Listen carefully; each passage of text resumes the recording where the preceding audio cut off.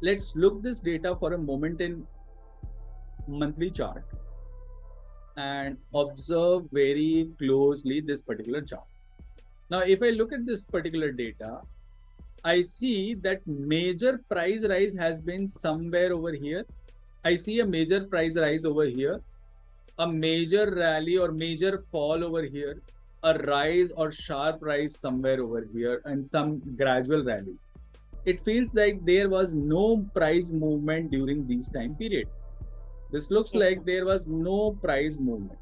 Now look very carefully at the y-axis, the scaling matrix, which is 0 to 50, 50 to 100, 100 to 150, and so on and so forth. And let's change this right y-axis to semi-log scale and apply this. Now see this data. Now the rise which was looking very much high doesn't look really high. And this is the initial years. Look over here, the time 1999, 2000, 2001. Now, I hope you can see that the price change in the recent time does not look very high.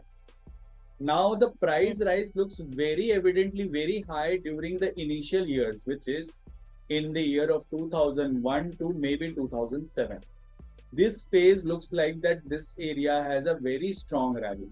But subsequently, these falls look very small. Now this look at this area, which was a COVID time period. I would say the 2020 area, the fall or the very black candle.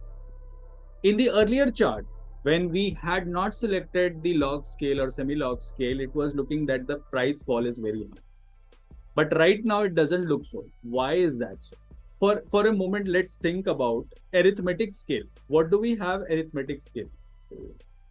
If I just try to see it, so the price data could be something, let us say it starts from 50.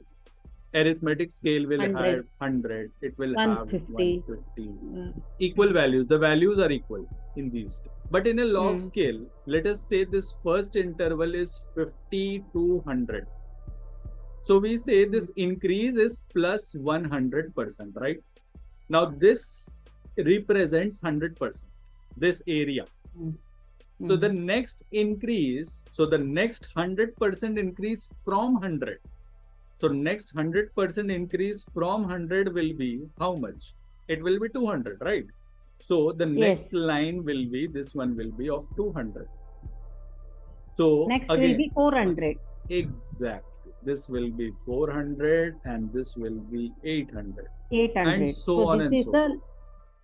So basically, if a stock is increasing by 1%, if the price is trading at 1000, so 1% increase means plus 10 rupees. But if same stock, when it increases by 10 rupees, the percentage change is not same in both the cases. Yes or no? Because in the first case, the increase is by 1%. In second case, the increase is by 10%. In arithmetic scale, this change in percentage is not reflected. This reflection is not. But in semi-log scale, we consider this reflection. Because in arithmetic scale, we are only after what the absolute change is in values. But in arithmetic or log scale, we are after this percentage change. Now look over here, 400, let me put a horizontal line. This is where the 400 is. Somewhere it is. If 100% increase from 400 will be up to this area, right? 800. Yes or no? Now, if further 100% is increased, 800 to 1600.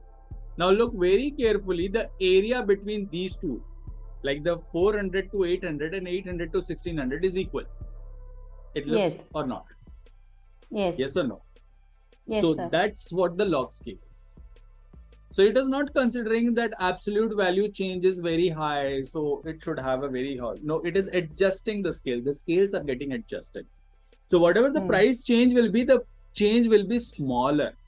So that is the reason, if we look very carefully, in earlier times, the price was trading at 100.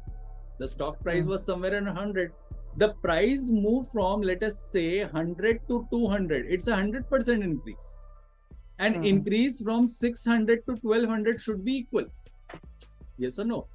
So that is Yes, the sir. difference which we are trying to see in the log scale.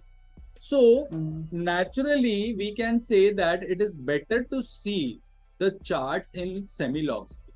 But this difference is inevitable in a case of, or indifferent, I should say, in a case of daily charts.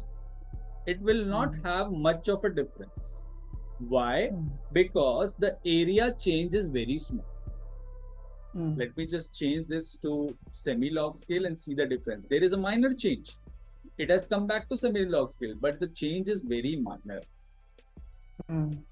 Okay, so you can also experiment with other charts as well, but this change difference will be highly visible if you are looking at weekly charts or monthly charts, not in the scale of daily chart.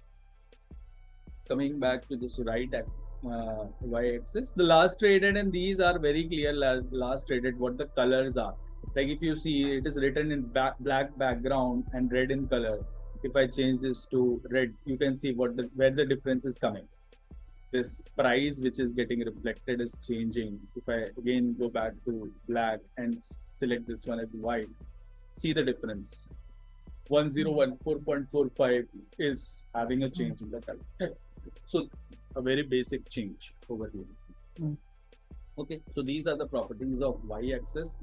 And data windows, if we talk about data windows, are the fields which are looking. So for instance, the data which we are looking over here. So if I move my price or cursor or my crosshair, I can see the change in open, high, low, close. So whatever values are getting like informed or reflected in the data window, you can customize that from here, what you want, what you don't want.